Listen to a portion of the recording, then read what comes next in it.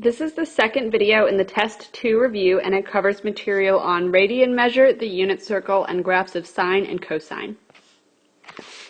In this problem, we're given the graph of an angle and we're asked to find theta, given that theta is an integer in radians.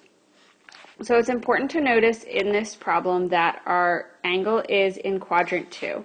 So in quadrant 2, angles range between pi over 2 and pi. So we need to consider integers that exist in, or integer angles that could exist in quadrant 2. So pi over 2 is equal to approximately 1.57 and pi is equal to approximately 3.14. So the integers that occur in quadrant 2 would be 2 and 3. So we need to determine whether or not our angle theta would be 2 radians or 3 radians. So we can see because our angle is closer to our pi over 2 than it is to pi, we can say safely that that theta is equal to 2 radians. In this problem, we're given the angle negative 225 degrees, and we're asked to determine what that angle, we're asked to express that angle in radians. So, in this problem, or in any conversion problem with degrees in radians, it's important to remember that pi radians is equal to 180 degrees. So in order to convert 225 degrees into radians, we would multiply by pi radians over 180 degrees. And that would give us negative 225 pi over 180. So we can simplify our integers and thereby simplify the answer to negative 5 pi over 4. In this problem, we're given a radian measure and we're asked to express it in degrees. So we're given 13 pi over 15 radians, and we need to express that in degree form. So again, it's important to remember that pi radians is equal to 180 degrees. So we can multiply 13 pi over 15 by 180 degrees over pi radians. And that would give us 2,340 pi over 15 pi. Our pi's cancel and we can simplify this to 156 degrees. In this problem, we're given the radius and arc length on a circle and we're asked to find the corresponding angle theta. So we know that the formula for arc length is S equals the radius times the angle theta. And in this problem, we're already given that S equals 6 and R equals 3. So in order to find theta, we can just plug in these given values and solve for theta. So S equals R theta becomes 6 equals 3 theta, and we divide both sides by 3 and end up with our solution of theta equals 2 radians. In this problem, we're asked to find the area of a sector with radius 14.5 and the angle theta is equal to pi over 6. So the formula for the area of a sector is A equals 1/2 r squared theta. So we take our values given to us and we plug it in and we'll have our area. So the area of that sector would be equal to 1/2 14.5 squared times pi over 6. And if we're to simplify that, we'll find that the area of the sector is equal to approximately 18 pi. In this problem, we want to find an exact value for cosecant of pi over 2. In order to do this, it's important to remember that cosecant theta is equal to 1 over sine theta. With this in mind, we can use the unit circle to find our solution. So if we have our unit circle, we know that pi over 2 occurs up here on the y-axis at the point 0, 1. So remember that with an ordered pair x, y on the graph, that's representative of cosine theta, sine theta, respectively. So if pi over 2 is at the point 0, 1, that means sine of pi over 2 is equal to 1. Therefore, we know that the cosecant of pi over 2, which is equal to 1 over sine of pi over 2, is actually equal to 1 over 1, which equals 1 as our final answer. In this problem, we're given the interval of pi over 2 to pi, and we're told that tangent of s equals negative root 3. And we're asked to solve for s. So, with this interval, we know that s is going to be in quadrant 2, and so we can look at the unit circle to find our solution. So, we know that our angle is occurring somewhere over here in quadrant 2. And we need to find s such that tangent of s is equal to negative root 3. So we're going to consider 2 pi over 3. So 2 pi over 3 happens at, or falls on negative 1/2 root 3 over 2 on the unit circle. And as we discussed in the previous problem, that would be cosine theta and sine theta, where theta is 2 pi over 3. So we know that tangent theta is equal to sine theta over cosine theta, which would be root 3 over 2 divided by negative 1/2, which equals negative root 3. So we've confirmed then that s would be 2 pi over 3 if tangent of s is equal to negative root 3, and we're in the interval pi over 2 to pi.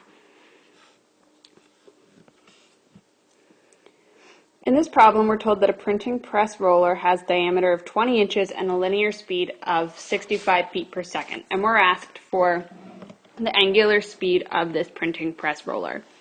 So, we're going to need to use the formula linear velocity equals radius times angular speed.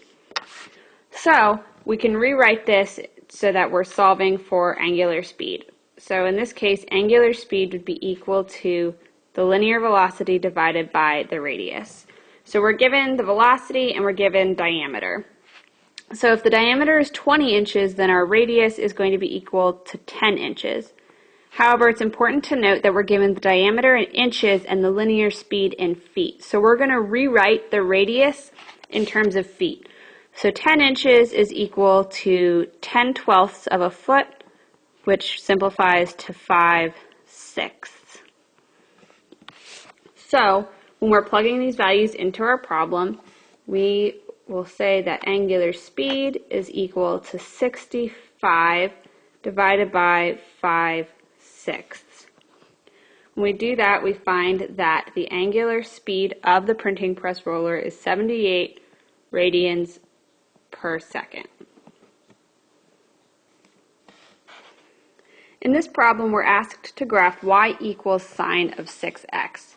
So, because in this problem b is greater than 0, our graph y equals sine of bx is going to resemble y equals sine x with period of 2 pi over b. So in this case, b is equal to 6, so our period would be 2 pi over 6, which simplifies to pi over 3. So, I'm going to take a second real quick and graph that. So here we have a rough graph set up that's running from 1 to negative 1 on our y-axis, and our x-axis is in intervals of pi over 3. So we're working with the sine graph, and we have a period of pi over 3, so that means between 0 and pi over 3, we'll have one complete revolution of a sine wave. And that will just continue happening where we have between 0 and pi over 3, we have a complete sine wave, and then after that it repeats. So we've graphed y equals sine of 6x, and we used our b value to solve for our new period. Our amplitude stays the same because we do not have an a value, or a is equal to 1, and so below we have our final graph. In this final problem, we're given a graph and we're asked to find the equation of this graph in the form of either y equals a sine bx or y equals a cosine bx. So, looking at the graph, we can see that it bears a resemblance to cosine x because it has its maximum value at 0. So we know that we're looking for something in the form of y equals a cosine bx. So we can see that our cosine wave is running between -4 and 4. So a, which is our amplitude, would be 4. So all that's left is to determine our b value. So we see that a complete cosine curve is occurring between 0 and pi. So our period is equal to pi. And we know that our period should also be equal to 2 pi over b. So if we set pi equal to 2 pi over b, we can solve for b in our equation. So we would multiply both sides by b. We would have pi b equals 2 pi. And finally, we would divide both sides by pi, and we would find that b equals 2. So we have our a value and we have our b value, and then we can plug those in, and our final answer would be y equals 4 cosine of 2x. So this is the end of the video. I'm going to summarize a few topics, and remember that this video only covered some of the example problems. If you would like to try some more problems, you can look in the customized non-credit test 2 review, and you'll see more problems like this to prepare for your test. So it's important to remember, like we talked about at the beginning, that pi radians is equal to 180 degrees. So we can use that for conversions. So if we're given something in degrees, then what we're going to do is multiply by pi over 180 degrees, and our solution will be in radians. If we're given something in radians, we want to multiply by 180 degrees over pi, and our solution would be in degrees. We also reviewed that arc length s is equal to the radius of a circle times the angle theta, and that the area of a sector is equal to 1/2 r squared theta. We can use those formulas to solve for various parts on a graph or a circle that we're given, or we can just plug in the values and find the actual arc length and area itself. Remember, if we have an angle alpha that intersects the unit circle at point x and y, then our x-coordinate is going to show cosine of alpha, and our y-coordinate is going to show sine of alpha. So that's important when finding values, exact values on the unit circle. We also reviewed that linear velocity is equal to the radius of the object that's moving times its angular speed. And we can use that to solve for different components depending on the information that we're given. We also reviewed that graphs of sine and cosine are in the form of y equals a sine bx or y equals a cosine bx. And when they're given in this form, A is the amplitude of our graph, and B helps us determine the period. So B, we plug that into 2 pi over B, and that will give us our period. So these are important concepts when we're looking at graphs of sine and cosine. Again, remember that there's more questions that you can review in the non-credit test review, and there will be 2 more videos for this review for test 2.